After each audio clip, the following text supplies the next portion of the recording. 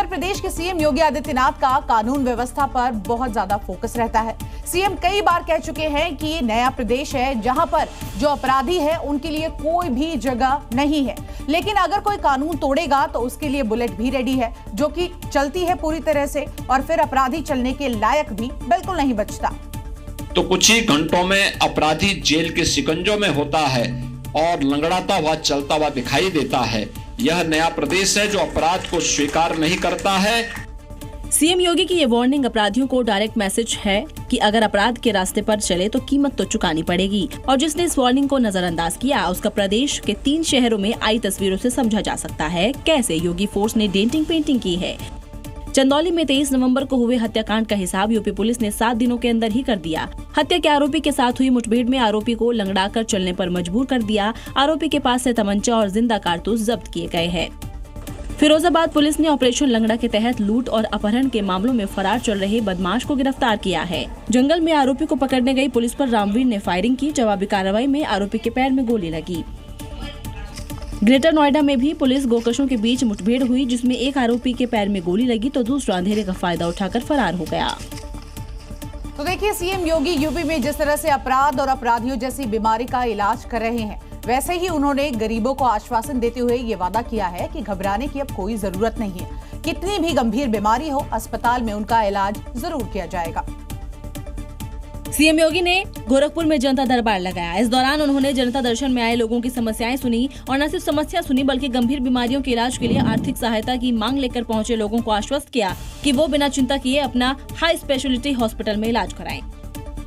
इस दौरान सीएम योगी ने अधिकारियों को निर्देश दिया कि जिन लोगों को इलाज के लिए आर्थिक मदद की जरूरत है, उनके खर्च की प्रक्रिया को जल्द से जल्द पूरा कर इलाज सुनिश्चित किया जाए। बता दें कि इलाज के लिए हर जरूरतमंद को मुख्यमंत्री विवेकाधीन कोष से सहायता राशि उपलब्ध कराई जाएगी। SIR यानी कि स्पेशल इंटेंसिव रिवीजन, इसको लेकर यूपी से लेकर बंगाल तक घमासान मचा हुआ है। 2 दिन पहले बंगाल के सीएम ममता बनर्जी ने धमकी दी थी, तो अब यूपी के पूर्व सीएम अखिलेश यादव ने भी SIR को लेकर एक बड़ा विरोध करने की चेतावनी दी है। SIR को लेकर समाजवादी पार्टी ने एक बार फिर निशाना साधा। पार्टी अध्यक्ष अखिलेश यादव संसद से सड़क तक विरोध करने की चेतावनी दे गए, तो पार्टी के दफ्तर के बाहर पोस्टर लगाकर मोदी सरकार को घेरने की कोशिश की। लड़ रहे हैं, लड़ते रहेंगे, तो क्या करें आप बताओ, वही कर दूंगा मैं। पहले लोकसभा में फिर लौटता। वहीं बंगाल में भी SIR को लेकर TMC का विरोध लगातार जारी है। TMC के प्रतिनिधि मंडल ने चुनाव आयोग से मुलाकात की। ये मीटिंग करीब 1.5 घंटे तक चली। मुलाकात के बाद TMC ने कहा कि SIR के दौरान हुई 39 लोगों की मौत के लिए चुनाव आयोग जिम्मेदार है। और देखिए, अयोध्या में ईदगाह और मस्जिद को हटाने को लेकर अब विश्व हिंदू परिषद, बजरंग दल और साधु संत अनिश्चितकाल के लिए धरने पर बैठ गए हैं। इनकी मांग है कि राम पथ निर्माण के दौरान जैसे मंदिरों को तोड़ा गया था, वैसे ही अब सड़क चौड़ीकरण के लिए यहां की मस्जिद को भी हटा दिया जाए। और अयोध्या में ईदगाह मस्जिद को हटाने के लिए विश्व हिंदू परिषद और बजरंग दल ने आंदोलन छेड़ दिया है। दरअसल ये ईदगाह और मस्जिद शहर के वबनियामा चौराहा के पास है। संतों और बजरंग दल के कार्यकर्ताओं का कहना है कि जब अयोध्या में राम पथ का निर्माण हो रहा था, तो राम पथ के जद में आने वाले मंदिरों को भी हटाया गया है। ऐसे में रौनाही ड्योढ़ी संपर्क मार्ग के चौड़ीकरण की जद में ईदगाह मस्जिद आ रही है, तो उसको भी हटाया जाना चाहिए। पिछले 2.5 साल से विश्व हिंदू परिषद बजरंग दल इस विषय की लड़ाई लड़ रहा है और उसे डेली तारीख पे तारीख मिल रही है। संतों का मानना है कि मस्जिद का जितना भाग सड़क के चौड़ीकरण में आ रहा है, उतना उसको हटा देना चाहिए। इसके लिए मुस्लिम पक्ष को भी तैयार होना चाहिए। विकास चाहिए तो विकास के लिए ईदगाह को वहाँ 7 मीटर जो उसकी जद में आ रही है, उसको वहाँ से हटाना पड़ेगा। शासन के मुताबिक पहले ईदगाह और मंदिर की मूल जमीन की पैमाइश होगी। इसके आदेश संबंधित विभाग को दे दिए गए हैं। इसकी रिपोर्ट आते ही PWD विभाग को भेज दी जाएगी। और अब बात करते हैं कर्नाटक की, जहां पर ब्रेकफास्ट पॉलिटिक्स की, जहां मुख्यमंत्री की कुर्सी को लेकर खींचतान चल रही थी और इसके बीच सीएम सिद्धारमैया और डिप्टी सीएम DK शिवकुमार ने एक साथ नाश्ता किया। तकरीबन 40 मिनट तक इन दोनों की मुलाकात हुई और उसके बाद दोनों ने यहां पर जॉइंट प्रेस कॉन्फ्रेंस भी की। इस दौरान दोनों ने कहा कि उनके बीच कोई भी मतभेद नहीं है। तो क्या समझा जाए, साथ में नाश्ता कर कर्नाटक कांग्रेस के दोनों नेताओं ने विवाद को सुलझा लिया है। इस तस्वीर को देखिए, कैसे नाश्ते के टेबल पर कर्नाटक के सीएम और डिप्टी सीएम साथ में बैठे हुए हैं। करीब 40 मिनट तक दोनों नेता साथ रहे। इसके बाद ज्वाइंट प्रेस कॉन्फ्रेंस की। सबकी निगाहें इस बात पर थी कि अंदर क्या बात हुई। सीएम सिद्धारमैया ने बताया कि पार्टी में सब ठीक है, तो डीके शिव कुमार ने भी मतभेद की खबरों को सिरे से खारिज कर दिया। As far as political issues is concerned, the leadership issue is concerned, we go by my party high command. Whatever my party high command tells, it is our decision. We have been a loyal soldiers of the party. दोनों नेताओं ने breakfast में इडली और सांभर खाने के बाद मतभेदों को दरकिनार तो कर दिया, लेकिन जो सवाल थे उनके जवाब अभी भी नहीं मिल रहे हैं। जैसे अगले 2.5 साल सिद्धारमैया ही सीएम रहेंगे या डीके शिव कुमार अगले सीएम होंगे। कर्नाटक की जनता के साथ देश भर के लोगों को इस बात का इंतजार था कि इस पर दोनों नेता खुलकर बोलेंगे, लेकिन वफादार सिपाही और भविष्य की बात बताकर ये नेता मौजूदा सवाल को बड़ी चालाकी से टाल गए। और अब बात करते हैं टीएमसी विधायक हुमायूं कबीर के भड़काऊ भाषण की। पश्चिम बंगाल के मुर्शिदाबाद में 6 दिसंबर को बाबरी मस्जिद की नींव रखने की घोषणा के बाद टीएमसी के विधायक ने बंगाल के लोगों को खुले तौर पर चेतावनी दी और कहा कि अभी 37% बाबरी पूरी होने तक हम 40% हो जाएंगे। बीजेपी की ओर से जारी वायरल वीडियो में हुमायूं कबीर साफ साफ धमकाते दिख रहे हैं और कह रहे हैं कि जो कोई उन्हें रोकने की कोशिश करेगा उसे गंभीर परिणाम भुगतने होंगे। उन्होंने जनसंख्या के आंकड़ों का हवाला देते हुए कहा कि अब मुसलमान 37% है। जब तक बाबरी मस्जिद पूरी तरह से हमारे पास नहीं होगी तब तक हम 40% होंगे।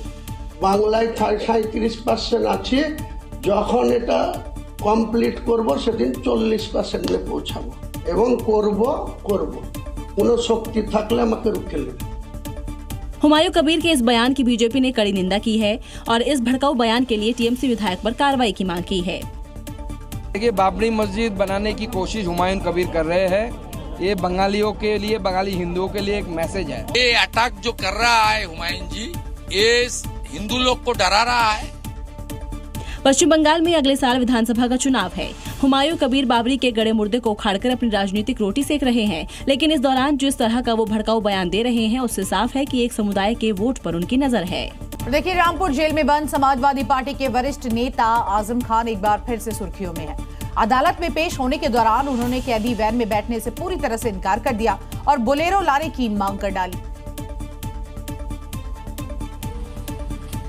तस्वीरों में देखिए, रामपुर जेल के बाहर कैदी वैन खड़ी है, पुलिस का पहरा है और दरवाजे से उस पार सपा नेता आजम खान खड़े हैं। जैसे ही वो वैन के पास पहुंचे उन्होंने उसमें बैठने से साफ इनकार कर दिया। उनका कहना था कि वो राजनीतिक कैदी हैं, इस वैन में नहीं जाएंगे, उन्हें बोलेरो चाहिए। इतना कहकर आजम खान वापस अंदर चले गए और पुलिस देखती रह गई। हालांकि काफी देर बाद उनकी पेशी वीडियो कॉन्फ्रेंसिंग के जरिए कराई गई।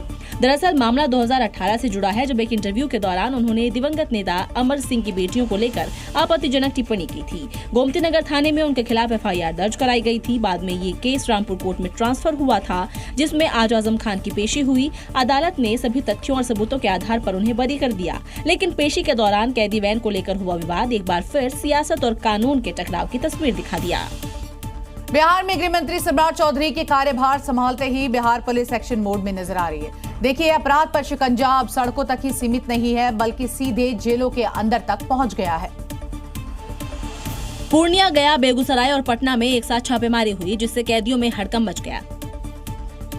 पूर्णिया के केंद्रीय कारागार में छापेमारी की गई। जेल के 22 वार्ड, महिला वार्ड और जेल अस्पताल तक खंगाले गए। कोई आपत्तिजनक सामान बरामद नहीं हुआ। जेल में कैदियों से भी बात की गई। उधर गया में गृह मंत्रालय के आदेश पर जेल में 100 से ज्यादा पुलिस अधिकारी और जवानों ने छापा मारा। यहाँ करीब 3 घंटे तलाशी अभियान चला। वहीं बेगूसराय जेल में भी प्रशासन ने छापेमारी कर जेल की नियमित व्यवस्थाओं, सुरक्षा और निगरानी सिस्टम का बारीकी से निरीक्षण किया।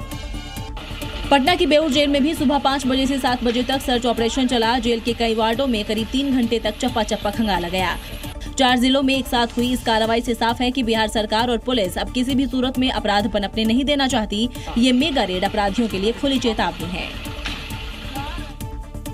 मध्य प्रदेश की राजधानी भोपाल में जमीयत उलेमाए हिंद की गवर्निंग बॉडी की मीटिंग थी, जो कि अक्सर होती है, लेकिन इस मीटिंग को संबोधित करते हुए जमीयत उलेमाए हिंद के अध्यक्ष जो है वो अपनी जुबान से एक बार फिर जिहादी जहर उगलते हुए दिखाई दिए और न सिर्फ उन्होंने धमकी दी है, बल्कि सुप्रीम कोर्ट पर भी वो सवाल उठाते हुए नजर आए।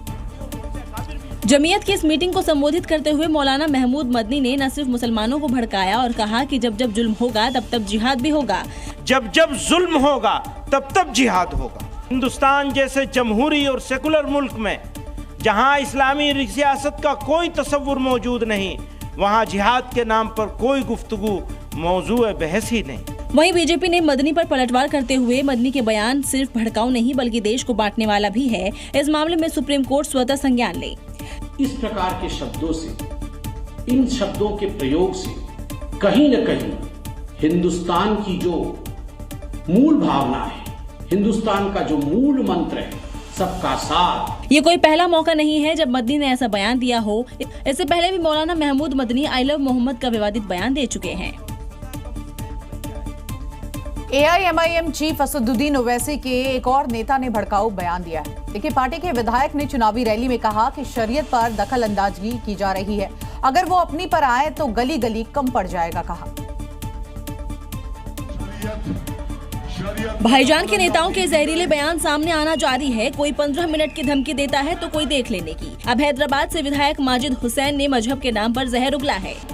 महाराष्ट्र में नगर परिषद के चुनाव होने वाले हैं, ऐसे में ओवैसी के नेता अब शब्द इस्तेमाल करने से बाज नहीं आ रहे। वीडियो सामने आने के बाद विपक्षी दलों ने AIM पर धमकी की राजनीति का आरोप लगाया है। विपक्ष का कहना है कि असदुद्दीन ओवैसी को ऐसे नेताओं के खिलाफ एक्शन लेना चाहिए। जम्मू मेडिकल कॉलेज में मुस्लिम छात्रों के एडमिशन को लेकर विरोध प्रदर्शन किया जा रहा है। देखिए, हिंदू संगठन के लोग पिछले कई दिनों से ये मांग कर रहे हैं कि माता वैष्णो देवी मेडिकल कॉलेज में हिंदू संगठनों को प्राथमिकता दी जाए। जम्मू में मेडिकल सीटों की आवंटन नीति को लेकर लोग सड़कों पर जमे हैं। पिछले कुछ दिनों से जारी इस प्रदर्शन की अगुवाई माता वैष्णो देवी संघर्ष समिति कर रही है। समिति का विरोध माता Vaishno Devi institute of medical excellence में सीटों की मौजूदा आवंटन को लेकर है। जो हमारे बच्चों का हक छीना उन्होंने, तो वो हम लेके रहेंगे। समिति ने MBBS सीटों के आवंटन को श्राइन बोर्ड के फैसलों के खिलाफ रघुनाथ मंदिर से इंदिरा चौक तक रैली निकाली है। समिति ने चेतावनी दी कि उनकी मांगे पूरी नहीं होने पर भविष्य में और उग्र आंदोलन किया जाएगा। जो अमरनाथ संघर्ष समिति बनी थी, उसने 61 दिन के बाद अपनी जमीन ली भी। आज भव्य वो अमरनाथ मंदिर तक रोड पहुंच गई है, तो ये अभी शुरुआत है, तो रुझान इसके अच्छे आएंगे। दरअसल माता वैष्णो देवी मेडिकल कॉलेज में मौजूदा एडमिशन पॉलिसी के तहत मुस्लिम छात्रों को भी दाखिला दिया जाता है। हिंदू संगठन इस पॉलिसी को बदलने और मुस्लिम की एंट्री माता वैष्णो देवी मेडिकल कॉलेज में बैन करने की मांग कर रहा है। और दिल्ली में अब लोग हॉट एयर बैलून की सवारी का भी आनंद ले सकेंगे, जिसकी आज से शुरुआत हो गई है। दरअसल हॉट एयर बैलून में एक साथ 4 लोग बैठ सकेंगे और इसके एक ट्रिप में 7 से 12 मिनट तक पूरा का पूरा जो है वो ट्रिप किया जाएगा। इसमें सवारी के लिए लोगों को प्रति सवारी 3000 रुपए चुकाने होंगे और इस पर सरकार का टैक्स अलग से लगेगा। खास बात यह है कि एक बार जरा मैं आपको ये पूरे बलून की तस्वीरें दिखा देती हूँ। यहाँ पर हॉट एयर बलून है, यानी कि फायर के जरिए ये जो बलून है ये ऊपरी सतह पर जाता है। और ख़ास बात यह है कि दिल्ली में ये पहली बार है। इसके अलावा अगर हम राजस्थान की बात करें या फिर अन्य जगहों की बात करें, वहाँ पर तो आपको इस तरह की राइड मिल जाती थी, लेकिन दिल्ली में ऐसा पहली बार हो रहा है। और यही वजह है कि ये इस पूरे लम्हे को ख़ास बना रहा है। ट्रॉली बनाई गई है और इस ट्रॉली के अंदर बताए 4 लोगों को बैठाया जाता है और पायलट भी इसमें मौजूद रहते हैं। और अब बात करते हैं महाराष्ट्र की, जहां के पुणे में भारतीय वायुसेना की सूर्य किरण एरोबैटिक टीम ने अपना दमखम दिखाया है। हवा में करतब ऐसा कि इस करतब को देखकर ही विरोधी देश खौफ में आ जाए। ये भारतीय वायुसेना के शौर्य, साहस और दमखम की तस्वीरें हैं। आसमान में हिंद की सेना की ताकत देख लीजिए। भारतीय वायुसेना के सूर्य किरण एरोबैटिक टीम की साहसिक उड़ानों ने इसे अविस्मरणीय बना दिया। पुणे के खड़गवासला में राष्ट्रीय रक्षा अकादमी के भीतर दीक्षांत समारोह के दौरान भारतीय शूरवीरों ने हवा में करतब दिखाया। नीले आसमान में लहरते तिरंगे के रंगों के बीच ये समारोह बेहद खास बन गया। हवा में भारतीय वायुसैनिक शानदार करतब करते दिखाई दिए। इसके अलावा सूर्य किरण एरोबैटिक्स टीम और सारंग हेलीकॉप्टर डिस्प्ले टीम ने भी अपनी हवाई करतब दिखाया। ये समारोह न केवल कैडेट्स की विदाई का है, बल्कि नई पीढ़ी के सैनिकों का स्वागत भी था। ये भव्य आयोजन भारत के रक्षा इतिहास में एक नया अध्याय जोड़ेगा। पाकिस्तान की अंतर्राष्ट्रीय छवि को एक और बड़ा झटका लग गया है और इस बार जिसे पाकिस्तान अपना सबसे भरोसेमंद सहयोगी मानता है, उसी ने ये बड़ा झटका दिया है। देखिए, सऊदी अरब और यूएई पाक वीजा को लेकर बड़ा फैसला लेने की तैयारी में है। पाकिस्तान के नागरिकों को अब खाड़ी देशों में पहले जैसी आसानी से एंट्री नहीं मिल रही। सऊदी अरब और संयुक्त अरब अमीरात ने पाकिस्तानी नागरिकों को रेगुलर वीजा जारी करना फिलहाल बंद कर दिया है। इन देशों में पाकिस्तानी नागरिकों के खिलाफ आपराधिक गतिविधि में शामिल होने, भीख मांगने, 47,000 से ज्यादा पाकिस्तानी भिखारी वीजा के बाद रुकने जैसी शिकायतें लगातार बढ़ रही थी। इसी वजह से नाराजगी के चलते अब सख्त कदम उठाए गए हैं। यूएई के इस फैसले के बाद पाकिस्तान में चिंता बढ़ गई है कि कहीं ये मामला पाकिस्तानी पासपोर्ट पर पूरी तरह बैन तक न पहुंच जाए, जिसे हटवाना बेहद मुश्किल हो सकता है, क्योंकि पाकिस्तान की अर्थव्यवस्था पहले ही कमजोर स्थिति में है। इस फैसले ने एक बार फिर पाकिस्तान की वैश्विक छवि पर गंभीर सवाल उठा दिए हैं। उत्तर प्रदेश के मेरठ में उस वक्त हंगामा शुरू हो गया जहां पर एक हिंदू परिवार ने अपना घर मुस्लिम समाज के शख्स को ही बेच दिया। इसके बाद हिंदू संगठनों ने यहां पर विरोध जताते हुए इलाके से पलायन वाले जो पोस्टर्स थे उसको हटा दिए और उसके बाद जमकर नारेबाजी की। मेरठ का ये हिंदू मोहल्ला है जहां अधिकतर सिख समुदाय के लोग रहते हैं, लेकिन मुस्लिम युवक को मकान बेचने को लेकर मोहल्ले में हिंदू परिवार ने मोर्चा खोल दिया है। जमकर नारेबाजी करने के साथ ही खुद के पलायन के पोस्टर लिए जमकर नारेबाजी की। फिलहाल देखिए इस मकान पर ताला लगा दिया गया है। मोहल्ले के लोगों का यही कहना है क्योंकि जो क्षेत्र है यहाँ पर ज्यादातर जो लोग हैं वो सिख समुदाय से जुड़े हुए रहते हैं। ऐसे में इस मकान को जो भी व्यक्ति खरीदे वो उन्हीं के। हिंदू समुदाय का आरोप है कि मुस्लिम शख्स ने मकान में दूध की दुकान खोली, जिससे जाम से परेशानी होती है, और शराबखोरी का भी आरोप लगाया।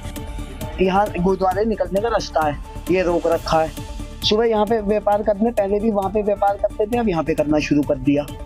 इससे पहले भी विवाद हुआ था, लेकिन तब पुलिस ने मामला सुलझा दिया था। अब एक बार फिर मेरठ का हिंदू मोहल्ले में विरोध का स्वर सुनाई दे रहा है। फिलहाल पुलिस ने घर पर ताला लगा दिया है। और अगली खबर मध्य प्रदेश से, जहां पर रायसेन में 6 साल की मासूम से दरिंदगी के आरोपी सलमान को फांसी की सजा जो है उसकी मांग अब तेज हो गई है। देखिए, लोगों ने सलमान का पुतला बनाकर उस चौराहे पर फांसी देने की मांग की है और अपना विरोध भी दर्ज कराया है। इस दौरान दरिंदगी की एक ही सजा, सर तन से जुदा के नारे भी लगाते लोग नजर आए और इस दौरान अपना गुस्सा भी प्रकट किया। लोगों की मांग है कि मासूम से दरिंदगी के आरोपी का या तो पुलिस फुल एनकाउंटर करे, नहीं तो उसे चौराहे पर फांसी दे।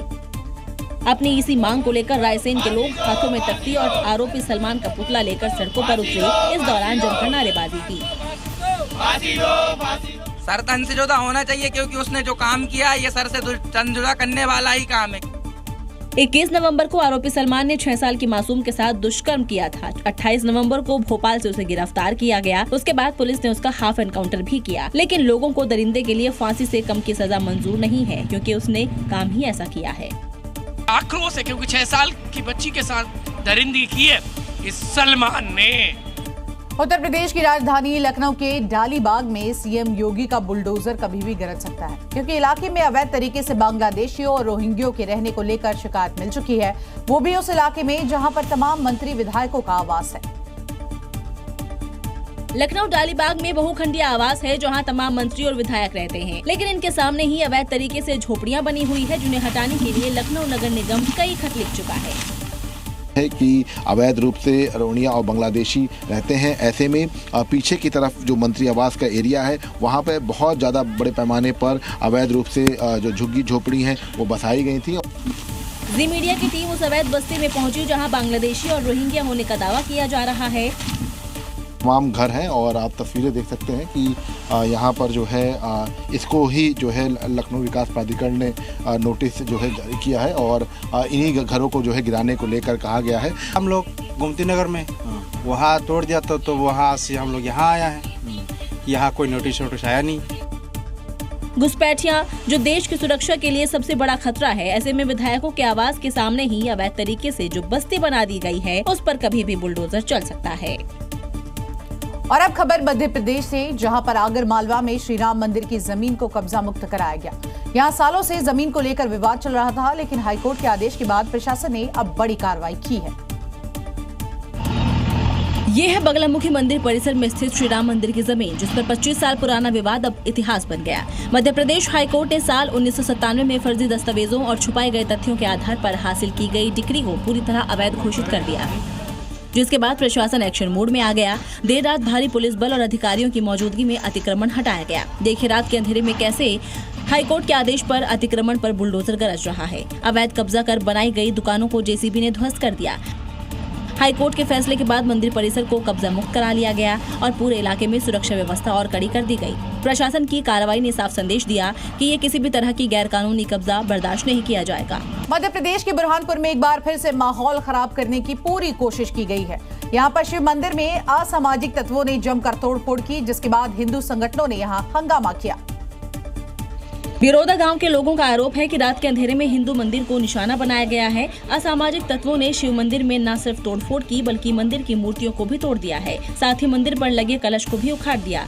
जब सुबह लोग दर्शन करने पहुंचे तो घटना की जानकारी लगी।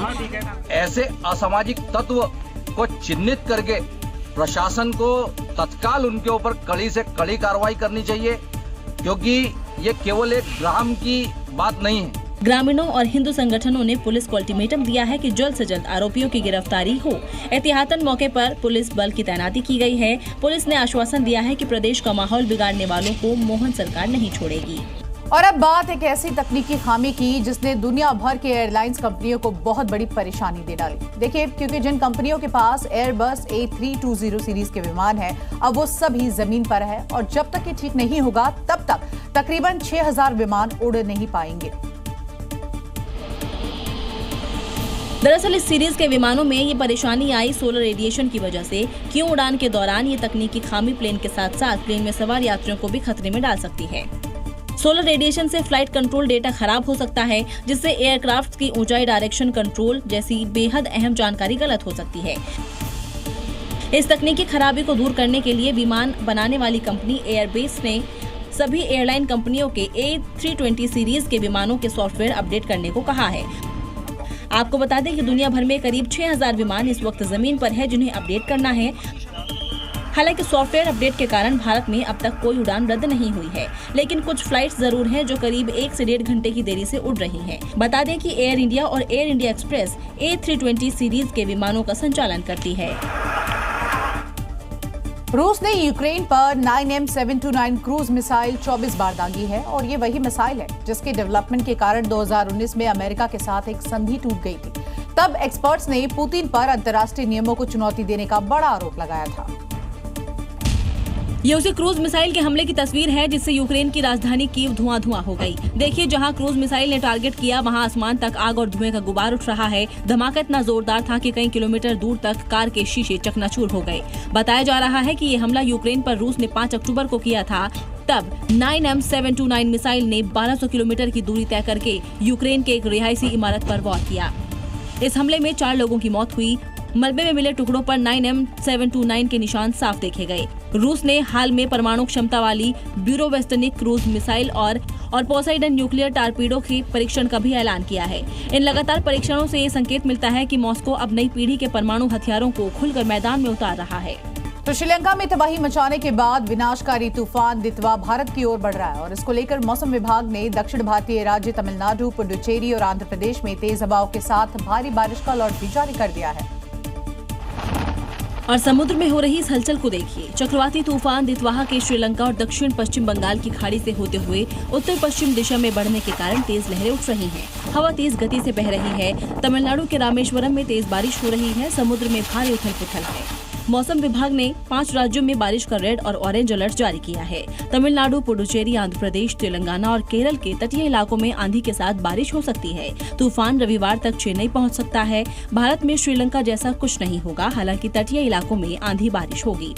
यही कारण है कि भारत ने तटीय इलाकों में तैयारी तेज कर दी है। पुडुचेरी में आपदा प्रबंधन की टीम मौजूद है ताकि जरूरत पड़ने पर पीड़ितों को हर संभव राहत पहुँचाई जा सके। भारत की भावना हमेशा से नेबरहुड फर्स्ट की रही है। श्रीलंका की इस कठिन घड़ी में भारत मजबूती के साथ खड़ा हुआ है और मदद के लिए राहत सामग्री भेजना शुरू कर दिया है। ऑपरेशन सागर बंधु के तहत भारत के पहले स्वदेशी विमान वाहक पोत INS विक्रांत और INS उदयगिरी समुद्र में उतार दिए हैं। अपने पोतों के जरिए कोलंबो तक राहत सामग्री भेजी जा रही है। समुद्र के अलावा भारत ने हवाई रास्ते के जरिए भी मदद का हाथ बढ़ाया है। विमान के जरिए भारत ने 21 टन राहत सामग्री, 80 से ज्यादा NDRF के कर्मी और 8 टन जरूरी उपकरण भेजे हैं। पैक्ड फूड, कंबल और दूसरा जरूरी सामान प्रभावित लोगों तक पहुंचाने का काम किया जा रहा है।